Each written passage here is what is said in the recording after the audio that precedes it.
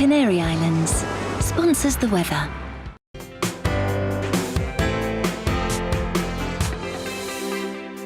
Hello there, I'm Eamon. And I'm Isabel. And you're watching the GB News digital stream across the United Kingdom. And around the world. If you're here in the UK, you can also watch us on your TV screen. GB News is Freeview channel 236. On Sky, we're channel 515. 626 on Virgin Media. Just remember, you might need to retune your TV to watch the channel. Yeah, and if you are doing that, find out more about retuning by going to gbnews.uk. Join my show Farage, 7 p.m. till 8 p.m. Monday through Thursday, and there you will get opinion, analysis, debate, and I'll cover stories that nobody else dares to touch. And then for the last 15 minutes, talking pints. We're over a drink. We have a civilised conversation with someone. We very often disagree, but we do it in a grown-up way. Come and join me on Farage.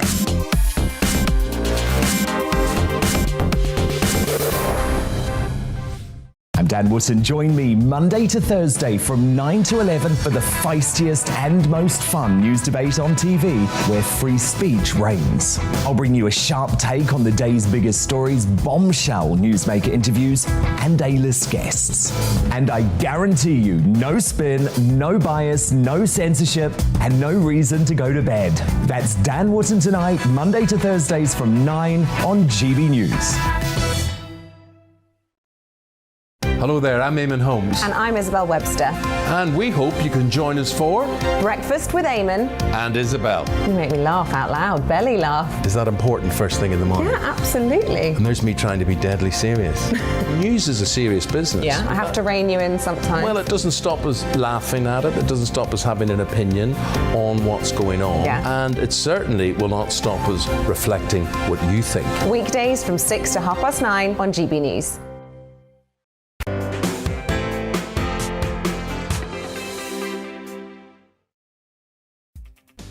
Hello there and welcome to GB News Live with me, Polly Middlehurst. Coming up in the programme today, we're going to be speaking to a senior Labour figure about the opposition's steady boost in the polls and asking if this means Boris Johnson is genuinely now in political trouble. After that, Nigel Farage will be looking back at his favourite Talking Pints guests from the past year. But first, let's get up to date with the latest news. Here's Karen Roberts.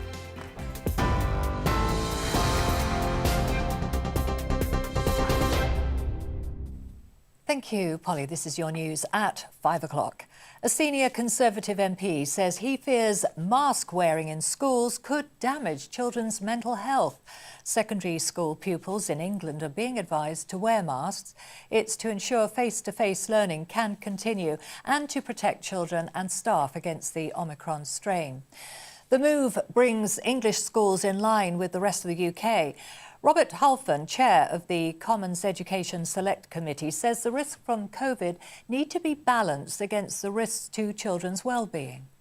A lot of research out there from all around the world, from Belgium to Germany to Canada to the United States, that suggests that masks have a negative impact on children's well-being, mental health, learning and emotional abilities. So I think we need to be very cautious here.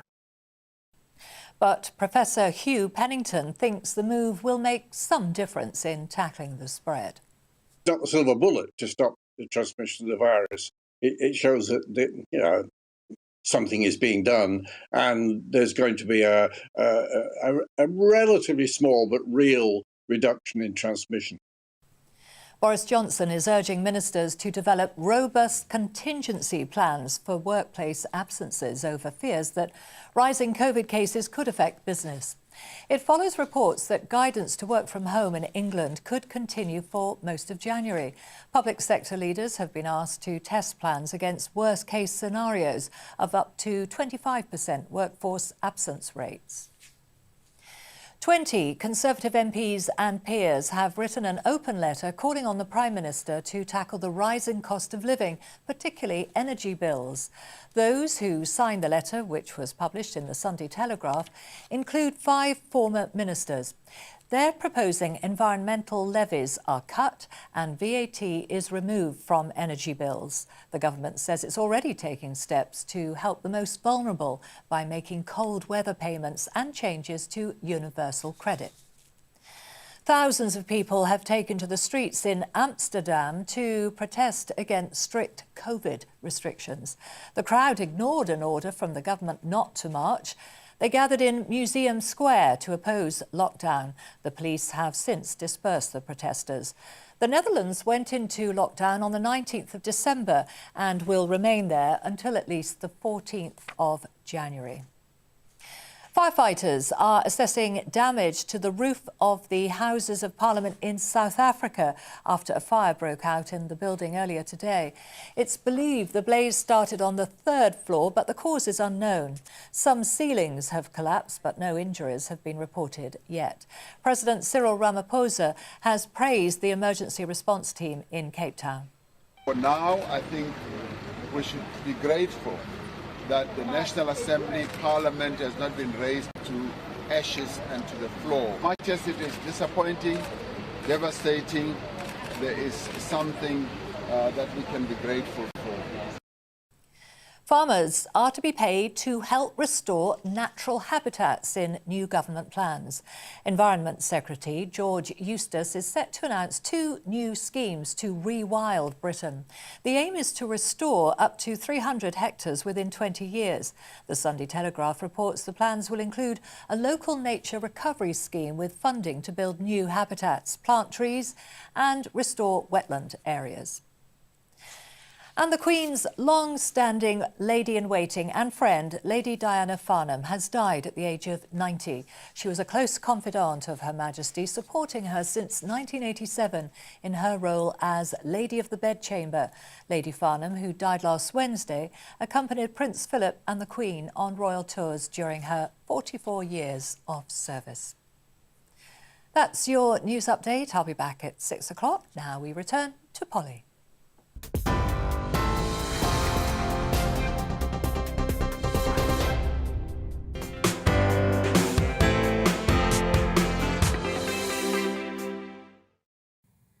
Karen, thank you. Good evening. You're watching GB News Live with me, Polly Middlehurst, and we're looking through the main stories that interest you today. And one of the most striking is in the Mail on Sunday today. It's reporting on a new poll which has put Boris Johnson 16 points now behind Labour, particularly in red wall seats. And that, of course, is going to be key to winning the next general election.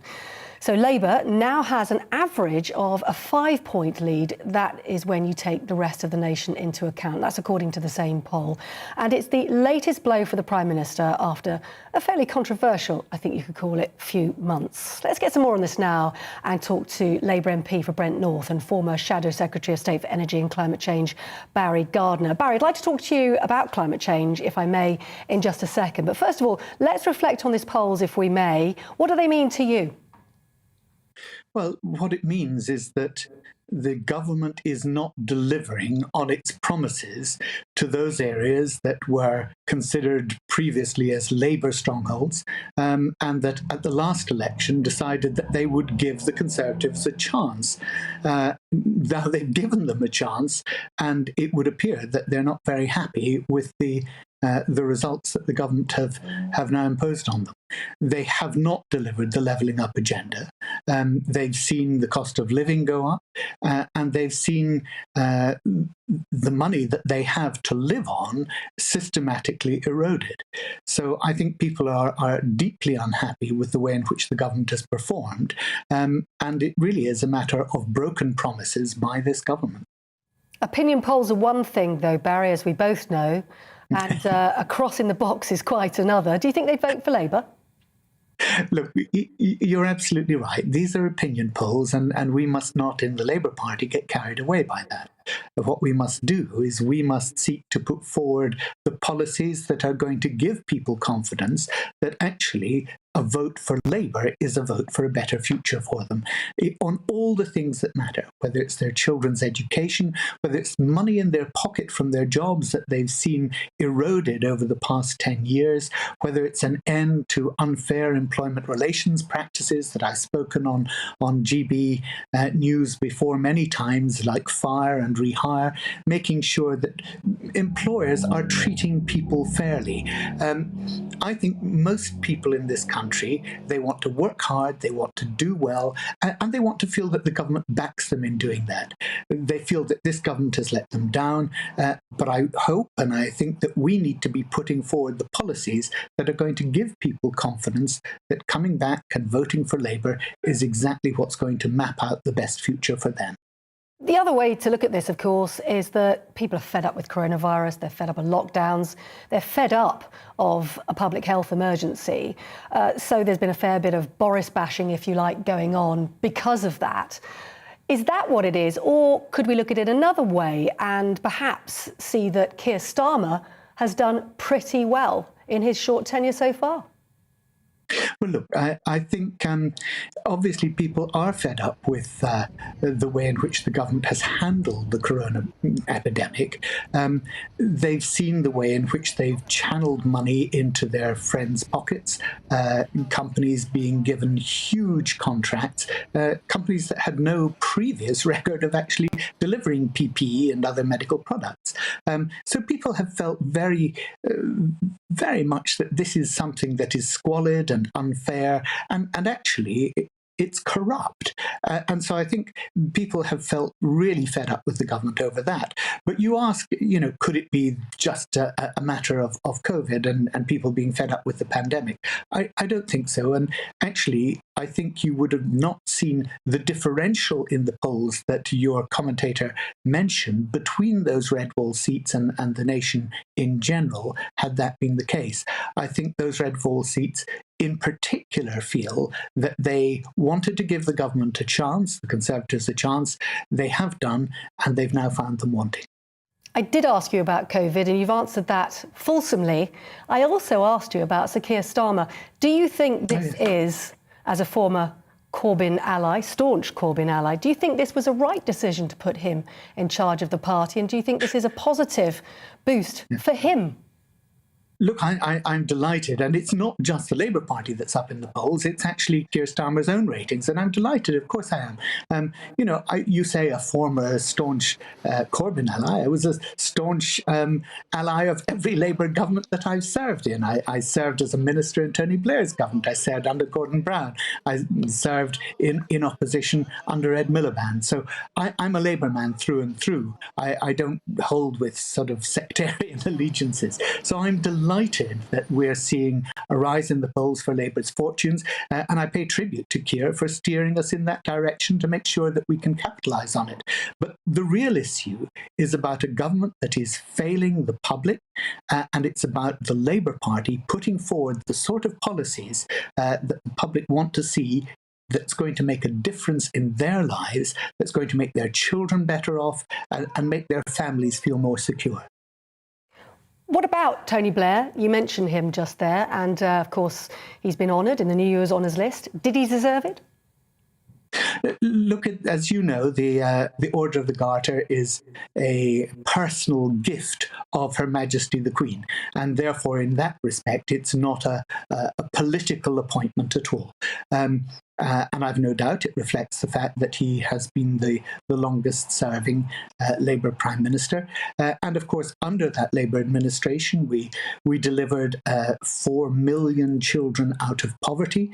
We delivered better schools and hospitals. We made sure that there was a national minimum wage. So I think if it is in some way to recognise those very significant achievements that government managed to procure for the nation, then I hope that we will see it as a recognition of that. Let's talk then about, if we can, about the environment. We know that as part of Labour, you've really pushed the abolition of tariffs on environmental technology. Was enough achieved, first of all, at COP6, and is that something that Labour would push if they got into power? COP26 was a very limited success. There is much more that we need to do. And what we need to see, we need to be giving people hope that as they see the economy change from being one based on fossil fuel to one based on renewable energy, that they can see the jobs and the benefits to them, not not just in cleaner environment, but actually in a decent wage packet as well. And that's why it's really important that we have a just transition.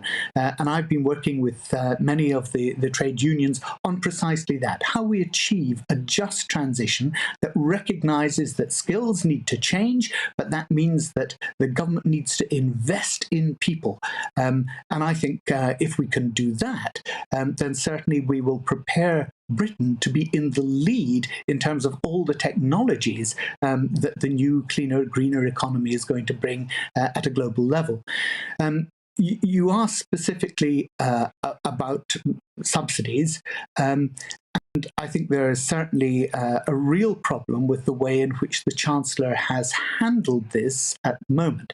You'll remember that the Chancellor announced what he called super deductibles, super tax deductions, just last year. That meant that it was 130% of a company's investment.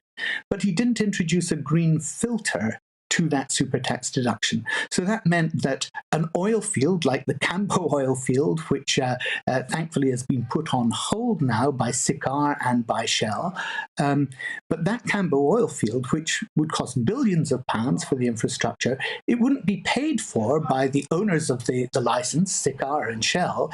It would actually be paid for by you and me as taxpayers, because we would give them 100% of the costs of developing that oil field, and then we'd pay them 30% as a bonus on top. Now, that cannot be right. I've spoken to Rishi Sunak. I've said that I think that he needs to introduce that filter, that green, clean filter, to make sure that the investment that we want to see, and of course we want to encourage investment by companies in research and development, but that investment must have that green filter on it to make sure that we're actually developing things that are going to be beneficial for the future and not lock us in to a fossil fuel economy with stranded assets, but that ultimately are going to rebound on the taxpayer. Barry Gardiner, MP for North Brent, we appreciate you talking to us today. Thanks very much indeed. Pleasure. Coming up next, Nigel Farage with his personal highlights from his year of talking pints, one not to miss. But first, let's check on that weather. It's time to remind ourselves there's always another winter. Canary Islands sponsors the weather. Looking ahead to this evening's weather, and the UK is looking windy with heavy, blustery showers, bringing hail and thunder to some southern areas. It will be a drier end to the day in the southwest with some sunny spells, remaining windy here with the odd gusty shower still possible, especially near the coast. Remaining rather windy in the southeast of England too, with strong gusts at times, a mix of sunny spells and locally heavy showers. There will also be scattered heavy showers in Wales, pushed along by strong gusty winds. The winds will be strongest along southern